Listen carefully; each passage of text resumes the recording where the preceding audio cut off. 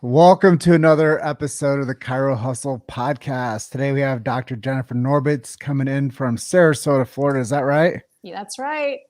And Luke Millette and I are coming in from the great state of Colorado, Grand Junction. And it's been a real awesome pleasure to get to know Dr. Jennifer over the past couple months. We bumped into each other in a few clubhouse rooms, and I was like, wow, this girl has so much fire and she has so much to say. And I was like, we have to get her on the show. So thank you for taking the opportunity of jumping on with us. Thank you for inviting me. Thank you very much.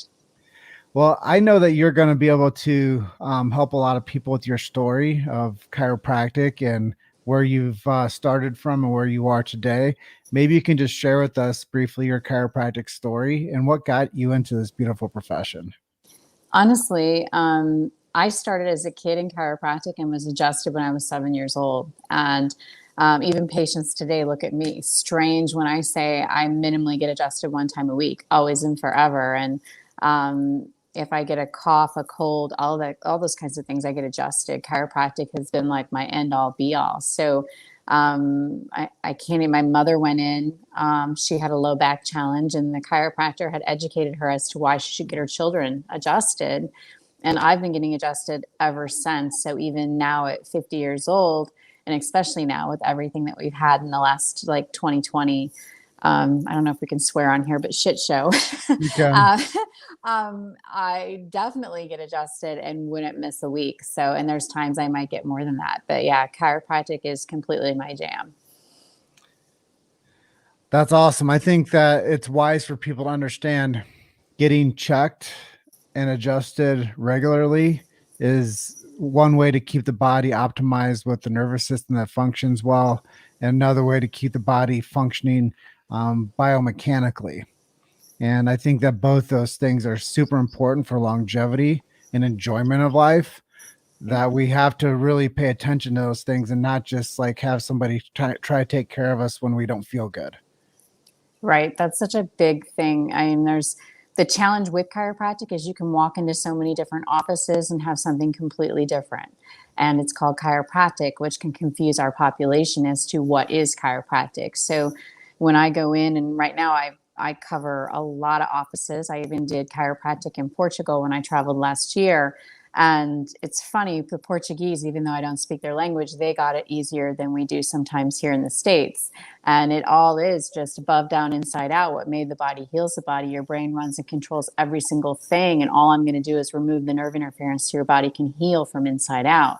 And we seem to miss that here sometimes. We can say it over and over and over and over, but you're also talking to a population that may be medicated, may be sitting in front of the TV, may not even be able to penetrate them until the 20th, 30th, 40th, 100th time. And so literally it's just like repeat, repeat, repeat, repeat. And that one day you will light that candle and that one person will start to get it. And maybe they'll go be a chiropractor, or maybe they will just tell other people how awesome chiropractic is. So what would you say makes you unique in the chiropractic world? How do you stand apart? Truth and an awesome adjuster. I don't sugarcoat. I'm black and white. If a patient tells me, there may be times that, yeah, you're going to pay a lot of money and you're going to come for a really long time. This isn't just a one-time thing. It's the same with my staff. When, I had offices, I have high expectations, but I also took really good care of my staff and took them to learn about chiropractic. And some of my best staff went on to be chiropractors. So I invest in my patients. I invest in my community. I invest in my staff. If they ask me about something, I'll go get it. If I don't know it, I'll go get a book. I'll go find information for them. I'll stay after. I'll come in late, but they are going to get truth. There is no watered down. That's so powerful. And I want to go back to what you were saying back when you're discussing chiropractic, how to explain it in Portugal. And my favorite is, if you cut yourself or get a mosquito bite and you scratch it, you don't have to tell it to heal. It's naturally going to scab over and heal because that's the body's way that it functions. And the body does that internally too. If we feed it the right stuff, and we keep pressure off the nervous system by having a healthy spine, the organ system and the spine and the nerves don't atrophy. And people so much think that, like, if they're not feeling good, then they're sick. Right. But that doesn't mean that they're optimally functioning with a healthy nervous system and a healthy organ system. And people don't know that, is like, things will atrophy if you don't use them. Like, if you don't like go and like curl weights, like, you're not Yes. going to get biceps. If you don't read books, you're not going to grow this thing. Right. You know, if you don't function the spine, it will distort and become atrophied. Amen. That's definitely, when I went to Portugal and worked with Brazilian soccer players, I did not speak Portuguese. I'm currently learning Portuguese because I was just recently licensed. Everything came through, but I basically use body language, which is 60%, right? So, I would put one patient misaligned and explain how, with my hands, your brain runs and controls everything, sends a signal down the spinal cord. And if he's misaligned, that chokes this nerve. And just by using my body language, you would have like this aha moment. And then once one person got adjusted, and then I said, please, share with the next person what your experience was and how it helped you, they just knew and they just got it. Like, innately, they knew that as I was removing the interference, their body was going to heal. They just got it. So what are some mantras that you live your life by? Do you have any favorite inspirational quotes or words of wisdom? Oh gosh. Well, even lately, I've just joined the 10X Accelerator. And so that's really been when I don't feel like doing the 75 hard, which has been kicking my ass, which it's been hot down here in Florida. So I lift weights and then I go run my freaking dogs like 3 or 4 miles in the heat. What day are you on? Well, I actually started over twice. I'm not even kidding you. Not even kidding you. Because I was like, oh my God, I didn't drink all the freaking water. And so I think I'm on 5 this time, but I was like, really? I've got to start all over. And it was at 5. So that's cool. It was only at 5. Had I been like even further along, it would have been more annoying. But yeah, I live my life as if, don't point another finger at someone else, because there's 3 or 4 fingers pointing back at yourself. Always take responsibility for yourself and your own actions, but also the path of least resistance. It's going to be dangled in front of you 24/7, and you can choose that path. You can choose to go down that path of least resistance, but it's really less fun. It's much better. Even last year when I went to Portugal, I can't tell you how many people said, Americans, you cannot get into Portugal. And I said, I'm not listening. I journaled how I was going to get on the plane. I read the paragraph every single day, 3 or 4 times a day. I did the steps that was needed to get into the country.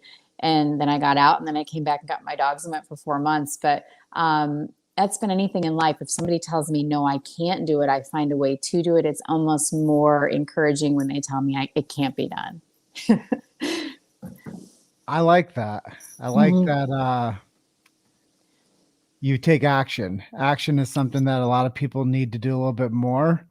And I believe that that's really the chiropractic method, is chiropractic as a profession of action. And the reason that it's still standing alone and as strong as it is because it's in action and it's in service. And it's an amazing part of what you're doing. And that's why, interviewing chiropractors as much as we do, it's really cool to hear the stories. And each chiropractor to me is a hero, and they're doing great work. They're doing great work for their local communities. And I've always said, more people should know their neighborhood chiropractor. And if you ask a regular person, hey, do you go see the chiropractor? Generally speaking, it won't roll right off their tongue, or the last time they went to go get checked won't be like regular in their memory. So it's important for us to keep sharing these stories and to shine a spotlight on the heroes of the healthcare profession. Yes, amen. And I feel like, when people in your community are either they're not saying something about chiropractic, that's our responsibility, right? Mm-hmm. It's our responsibility as a chiropractor to teach them, even, I had an office, my first office, that went really quick. It grew really fast. And it was only because, one, I was hungry. Two, I had student loans coming. I wanted to get from a 1 bedroom to actually a house. And I got in the community before patients. I would see patients. I'd go back out in the community at lunchtime. I would adjust patients in the afternoon. Then I would go out all evening until 11 or 12 o'clock at night. And we just screened, met people, got in the community, went and knocked on doors, went to firehouses. I even hung out at the Starbucks and we bought coffee like for the first hour, like every morning. They're like, that's a chiropractor that buys us coffee, right?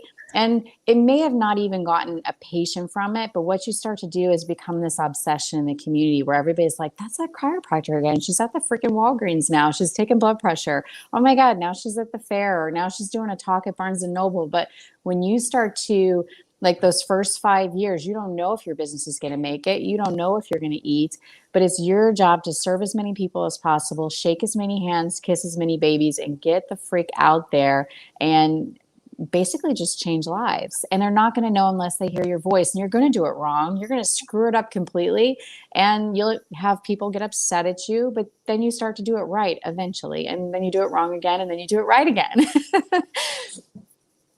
So how do you think the world would change if every person on the planet started getting adjusted regularly? Oh my God, we wouldn't be where we are now. There wouldn't be people lining up for the freaking COVID vaccine because they wouldn't be subluxated and think that they need it. And I don't know if I can say that on here or Facebook will ban us, but whatever. So it's like if one more person tells me that they've gotten their second COVID vaccine, or they say, well, why don't you have a mask on, doctor? Well, if your COVID vaccine works, I should be fine without my mask. But it's literally, if every single person on this planet was getting adjusted, they would start thinking right. They would be more empowered to believe that the body can heal itself from the inside out, and we don't need to inject something inside of us that's not been tested. I love that you say all this, and I don't know what the social media They may ban regulations us all. that YouTube doesn't like us very much right now when we talk about those topics. But if YouTube says no, then YouTube says no eventually. But you saying that, I think a lot of times people need to understand that the body is very powerful and it's very resilient. And we do have the ability to adapt. And that's one of the major principles of chiropractic, of adaptation. And the body's always modifying and changing and adapting on a day-to-day basis. And everybody's body's changing daily. You know, if people knew, like, organs basically rebuild themselves, brain cells can rebuild themselves, tissues can rebuild themselves. I think the only thing you don't get is a new spine. Amen. Amen. But if we would trust more in the power of the body and the power that is in our body, in our brain, that runs down our spinal cord every single day, we wouldn't do all these outside in things, right? We would trust that our body can heal that cut, that, that common cold, what have you. We wouldn't feel the need to take something for it. We'd get adjusted, remove the subluxation, and be super powerful. Our whole entire planet would be changing. We wouldn't be where we are today. So based on that, now we're future pacing you. Mm-hmm. Where do you see the profession going 5 to 20 years? I have concerns about the profession, about our planet, about where we are right now. My hope and my prayer is that we can speak more truth to people and not censor anything when it comes to health. Chiropractors shouldn't be censored by having to wear a mask to go into the office. We of all people know that the above, down, inside out, what made the body heals the body. If you've got a cough, you still go in and see patients, you just get adjusted. And my hope and my prayer is that we become stronger for it and realize that we have to speak, we have to stand up. This is not the time to hide. This is not the time, and I'm also, and not to go in a whole nother direction, but I'm more of a hands-on chiropractor. Do I use some tools? Yes, if someone asks me. But it's just speak the truth to the patients. Tell them that's really what they want to hear. They're not interested in a watered down version. They could go to a medical doctor for that. Well, you said something about the whole, like, masking and not being in congruence with the profession. And it's not. And it never has been, and it never will be, and it's never, never, never. It's just something that's not a part of the profession. And, you know, when you probably ran your offices, or I don't know if you're still running an office, but when people would call and say, "Hey, I'm not feeling well today," you'd be like, "No, no, no, no. You're still coming in. Right. We Right. like you when you're not feeling Right. well. Right. And you're not going to cancel today Right. because you don't feel well." I am really good at adjusting people that don't feel well. And your body's going to respond to the release of the white blood cells when I adjust you, and your body's going to heal quicker. So come on in with your common cold. Come on in with your sniffles. Come on in with your cough. And the whole mask thing is, you went to school for how many years to become a doctor? That gives people legitimacy with a doctor degree to say, I went to school for X amount of years to become a doctor. This is my degree, and I choose not to because I'm a doctor. And that should be enough. Right. Right. This is my face. This is my real estate. Right. Like, I own this. Amen. And I choose not to do that. Amen. And I don't need to explain because I'm a doctor. And I said this to many of my chiropractic colleagues. I'm like, look, just tell people that you're a doctor. End game. Right. Right. I'm a doctor. I choose not to do that. When you stand in your truth and you stand in your posture, you'll just begin to attract the patients that'll come in and see you. Will there be some patients that walk out? Absolutely. I have that today when I cover offices. I have some offices that do not want me to come and cover for them because I'm not going to put on the equipment. I won't wear the mask because I don't believe it's chiropractic. I don't believe I'm serving the patients by letting them think that they should live a life in fear, because that's what it's doing. And I feel like it's our job to empower them and set an example. As the example we set by coming in without the mask, not vaccinated, and realizing that I get adjusted, I eat clean and healthy, I work out, I exercise, I do the things right so that my body can heal, as opposed to taking a drug, a vaccine, or wearing a mask, which isn't going to help me. And that's the part that the mainstream media never told people. And that's Right. Shame on them. Right. Shame on them for not telling people the chiropractic philosophy. Shame on them for not telling people to live healthy by action and activity and diet and mindset and the things that the chiropractic profession is standardized on. Right. Like, tell people how to do that. I don't care if there's not money in it, but Right. these are people's lives that are at stake. And that's the part where shame on them, because they're telling people to do things and they're not taking people's lives at stake. That's the problem. Well, in truth, those of us that are awake know there's a bigger agenda. Of course. We won't totally get into that because you and I will probably both be removed off of Facebook. But that's just it. It's True. like that the profession of chiropractic never believed in any of the stuff that the media and big pharma is trying to sell to people. Amen. Like, if it was such a bad thing, you wouldn't have to market it. Right. Like, if honestly, I told people this, if like 1 in 2 people were dying, I'm doing whatever I can to like not die. Right. But people aren't dying. I mean, people are sick. I'm not going to say people aren't dying, because they are. Right. But not enough to shut the world down. Exactly right. Exactly right. So tell us, who are some of your chiropractic heroes who've influenced you to be who you are today? Oh my. Well, Charlie Majors, who is no longer with us. I used to coach and train with him, and I would get on calls with him when I had my head in my ass. And Charlie, a group of us in Chicago, we would go there and train every 2 weeks. We'd stand in the circle and we'd role play, we'd do things, and we'd go to lunch. Also just Maximize Living in general, Ben Lerner, Greg Lohman, a lot of really, Dan Yachter, Chris Sano, Roger Romano down here in Sarasota. I came down to Roger's office, and I mean, there's so many of them that I've had a bless and opportunity. Billy DeMoss, I love him. And there's so many that I've had a chance to meet, come in contact with, train with. I'm blessed for the opportunity. There's a lot of really powerful ones that I'm not even mentioning now that have become really good friends over the years. You know, James Judge also. There's a lot of powerful docs, I mean, everywhere, but those are just a few that have really blessed my life. But Charlie's probably the one who really blessed my life. So just off of memory, did you ever get a chance to meet Jenna Lujan? Yeah, we're friends. I was like, wait, she got married. Is that her? Yeah. Yeah. That's cool. Yeah. Her and Zach are good friends of ours. Oh, awesome. Yes. Yeah. Well, she was an associate of Charlie's when Charlie was sick, and there was a whole bunch of things going on. So yeah, we became really good friends. That's cool. Yeah. It's always nice to connect the dots. Yes. Yes. So marketing, what do you like to do for marketing? What do you not like to do? What are some of the things that you did that didn't work? Because I remember earlier, like, you invest in everything, kind of just works. So I feel like that might be the same thing you'll say about marketing. Well, I really feel when I first started marketing, I first started in chiropractic. I think at the time I was with David Singer, which David Singer teaches you get new patients, get them to stay, pay, and refer.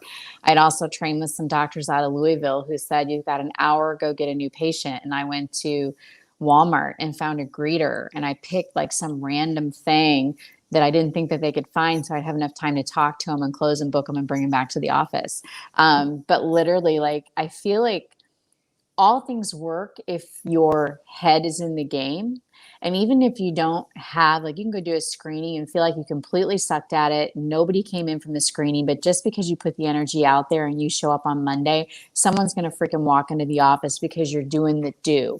Is it multiple things? Absolutely. It's, from screenings to talks to now social media to getting on radio shows. It's not just one thing. You have to be all places, especially in that first 5 years. If you're a new entrepreneur out, most chiropractors and businesses fail in the first 5 years, the majority. So if you're not eat, breathe, sleep, and that's not your baby, there's a chance that practice will go down. And besides that, people just don't know you. They don't know what you do. And also it's learning to take that word no and going, it's okay. It's not me, that's them. And there's a reason they're saying no, and it has nothing to do with you, but it's growing through that no and getting better yourself and going, that no is really no big deal. They're not coming in. How many billion people are on this planet that I still need to impact? So what, 500 people said no today? Move on. I don't know if that helps, but That was good. So what would be some advice you would give to a chiropractic student who's about to graduate? Wow. Low overhead. That was one of the things that totally saved me. I still don't have an Apple computer. Not even kidding. I have an Apple phone. But when I say that, I mean, like, my first office, I really didn't know what I was doing. I bought all used equipment. I had a used X-ray that literally cost me like $3,000 to $4,000. Actually caught on fire by like year 3 after we had like X-rayed hundreds and hundreds of people. And then I had like a replacement clause on it. So I got a brand new X-ray anyways. It was like, God was like, I got your back, girlfriend. I'm going to bring you a new X-ray. But literally we started, and I also negotiated the lease with 6 months free up front. I had him do the build out for me. And, like, you want to keep everything low because you don't know what your cash flow is going to be in the beginning, right? And if you can get a good head start out of the gates and not be able to freak out because you've got bills or you've got stuff to pay, that's the biggest thing, is low overhead. You don't want payments on a bunch of brand new equipment. You want to have it paid for in cash ahead of time. Start low, maybe with one girl until you can get it up to 250, 300 a week. And then you could maybe add another person. But even Grant Cardone and Brandon talk about, when to add that next person into your business and how much are they returning on their investment when they come in.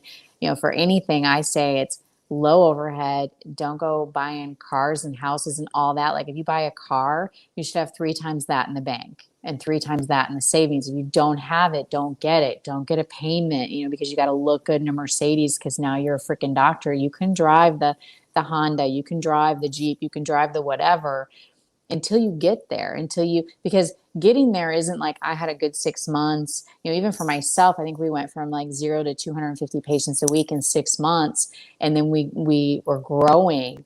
But that was like, I was hungry. I was freaked out and was like, oh my God, our rent's $36.50. How are we going to pay this? And I was just like, not sleep, get in the community. And it was, I'm Midwest. So it was just work ethic. Get out there, meet people, talk to people, serve them, give them good quality care, and then ask them, who do you know? Who do you know? If you're leaving, who you got to replace you? Do you think students should pick their schools based on geographic location? Uh, Not necessarily. No, I think they should pick their school based on how successful they think they're going to be when it comes to being a chiropractor. Now, the challenge with that is, and I may not have a lot of people in the profession or the schools that love me when I say this, but the school didn't really teach me to be a chiropractor. It kind of did. It taught me to pass my boards, but it didn't teach me, chiropractors get out and go, I don't want to do marketing. I don't want to do the business. Were you kidding? If you get married, you got to market yourself. If you're going to get married, it's like a business transaction, right? So you're going to have to learn to market yourself. You got to learn how to talk to people. You got to learn communication. You have to learn all these other things that the schools won't teach you. So I say pick a school that you go, like I wouldn't even go to all the schools. Now I have a few of my favorites myself that I refer to. But you also do want to learn how to adjust, but you're not necessarily going to learn that in school. You got to learn it from other chiropractors, going to clubs and doing and the more people you get your hands on. I don't know if I answered your question, but. Well, I think it's extremely powerful, the information you shared, from business strategy and from marketing strategy. And people that don't understand chiro business, they need to listen to this episode, and they need to understand that it does take consistency. It takes drive. It takes blue collar work ethic, and you have to do a lot of stuff you don't want to do. And you have to show up a lot of hours where you'd rather be doing other stuff. And that's just the life of being a small business owner. You have to wear so many hats. And that's the other thing, is when you do get to the point where you're actually starting to say, wow, I'm at capacity for hours spent on life. How can I bring somebody in? And having the ability to actually teach and train and commit to somebody after you're already like burnt the candle on both ends. That's why a lot of times it doesn't work well, because you're not sustained enough to say, I'm ready to actually explain to people what I need them to do for me. So then you keep doing everything yourself, and that person doesn't even know how to play in your game. Right. It really is. I've hired associate doctors, I've hired staff. And eventually, as I hire them, I say, you will speak like me, talk like me, walk like me. You'll go home saying what I say. And I want you to learn, but I breathe life into them. They get adjusted. Their family gets adjusted. I give them books on chiropractic. I take them to seminars. I take them to Tony Robbins. We go to, give them a book on 10x their life. If you teach them how to 10x their life, they're going to invest in you and they're going to invest in your business. You're not going to, when people are like, where do I find good people? You create good people. You get an associate doctor and you create a good associate doctor. For my associate at the time, my best associate was the one that I said, you're going to adjust 100 patients on this table that you don't see. There's 100 patients that are not there, but you're going to walk around this table and you're going to adjust 100 patients and you've got an hour to do it. Move.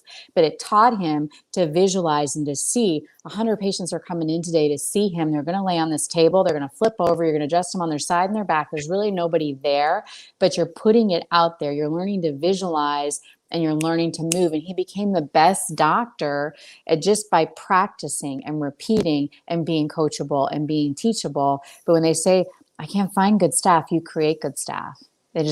God just doesn't plant them in your office. You already have them. You just have to teach them if they're coachable.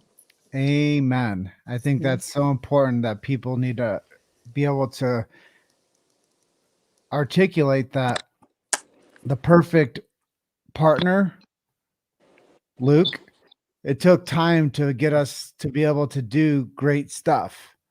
It took time for us to be able to understand that his strength was different than my strength.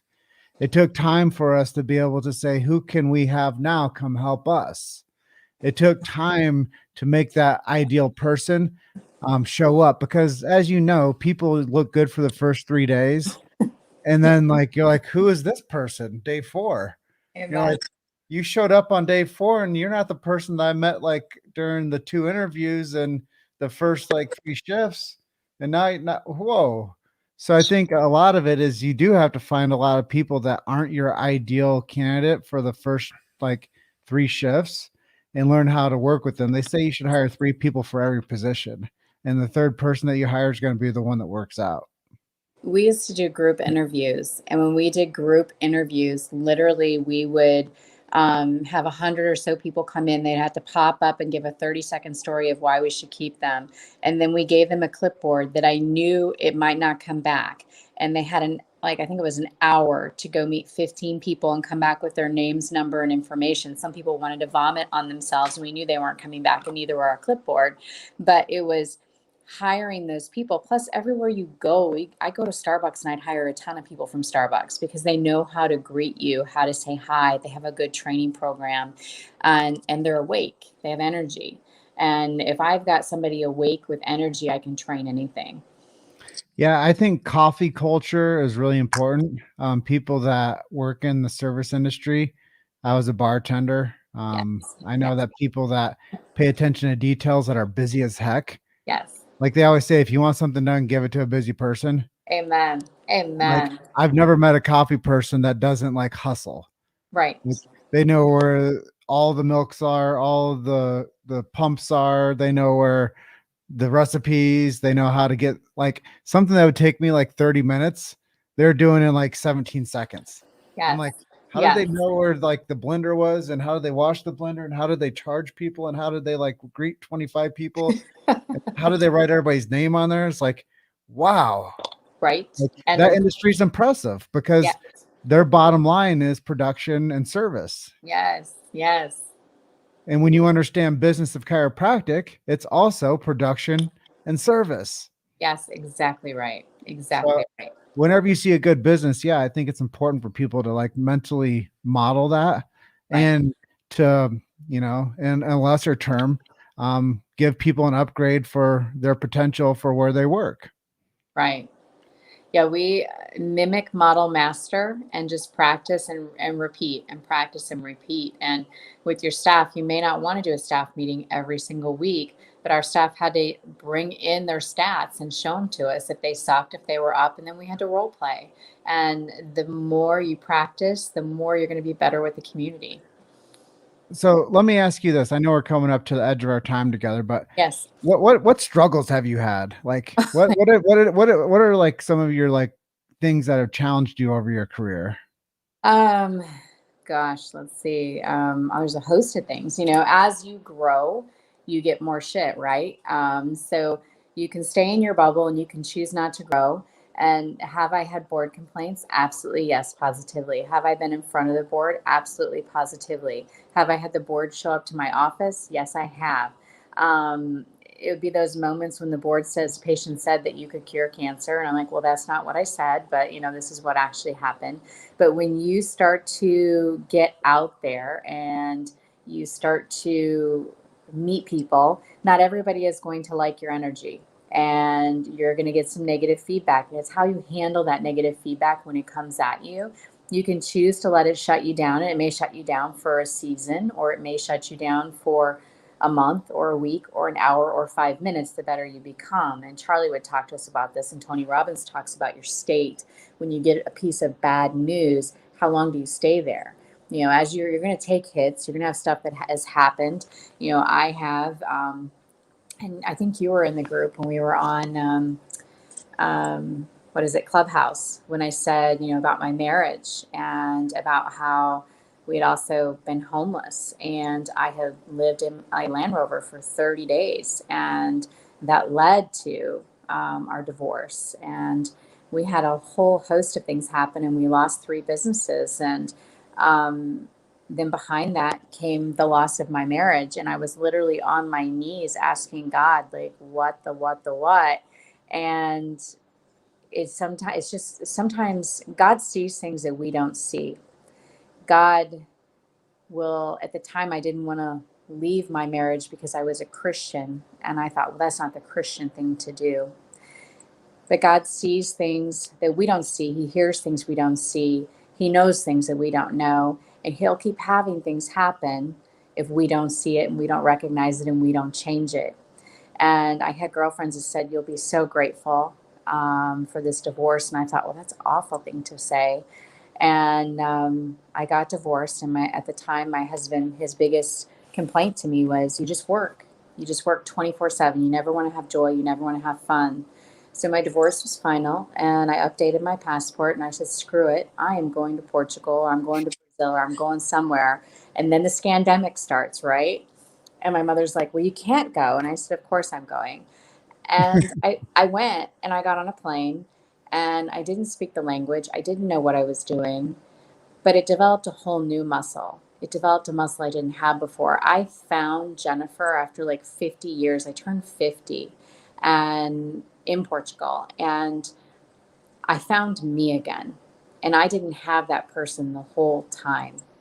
It's crazy that we go through all these hoops. You know, I was raised, get married, have the white picket fence, have the children, have the kids, do all this, and it really didn't turn out that way at all, but yet it turned out exactly the way it was supposed to, because God forms you and creates you for something so much bigger than he has. And it's only upon those failures that you have to smack your face so hard, and you may lose people that are in your circle, but you realize who you're really meant to be and what you're really meant for. And a lot of times we just play so freaking small that we get hit, and we're like, "Well, I'm just going to hide out for a while. I'm going to hide in my cave." Screw that. Stand on top of that cave and let everybody know you're alive and that you freaking got it. And if they don't like you, so what? There's how many other billion people on this planet? So I hope that helped, and I thank you guys for allowing me today. Yeah, for me, I made a post the other day and I said 99% of the people in the world will never know you. So the ones that do, it's not our job to make them like us, but through the course of life, if it works out through the relationship process, a good majority of them will love you. Yes. Yes. And I think that that's the important part. Amen. Amen. Giving you both a virtual hug and a kiss today. So thank you very much. Really quickly before we all sign off, where can people go to learn more about you online? Actually, I'm in process. I actually just returned back to Facebook due to my website designer. I left Facebook since it was a shit show last year. So I am on Facebook. I am on Instagram as Dr. Jennifer Norbits. And I am in process of making a website that'll be Jennifer Norbits, drjennifernorbits.com. So And in 1 minute, what are you reading right now? 10X and Sell or Be Sold. And what are you listening to? 10X or Sell or Be Sold. I'm literally like, and I'm listening to well, we have to do our Cardone University every single day, 2 times a day, and then we have our calls, and then the accelerator group, and then Brandon on Thursday nights, so we get homework. And I'm supposed to be doing 200 calls a day, so it's like literally a fire hose that's coming at me, but it's super good for growth. All right, wrong question. If you were to go to a concert right now and see a band play, who would it be? Oh my God. I'm not even sure. Who was that guy? I went to the one that everybody was smoking weed, just got to say. um, and I'm not so good with music. I don't always, shoot. I can see his name somewhere. I don't even know. I'm sorry. Gosh. No, it's okay. I was like, this girl's so well scripted. No, I'm not. I'm gonna throw a curveball at her at the end. That's totally music is like, I don't know.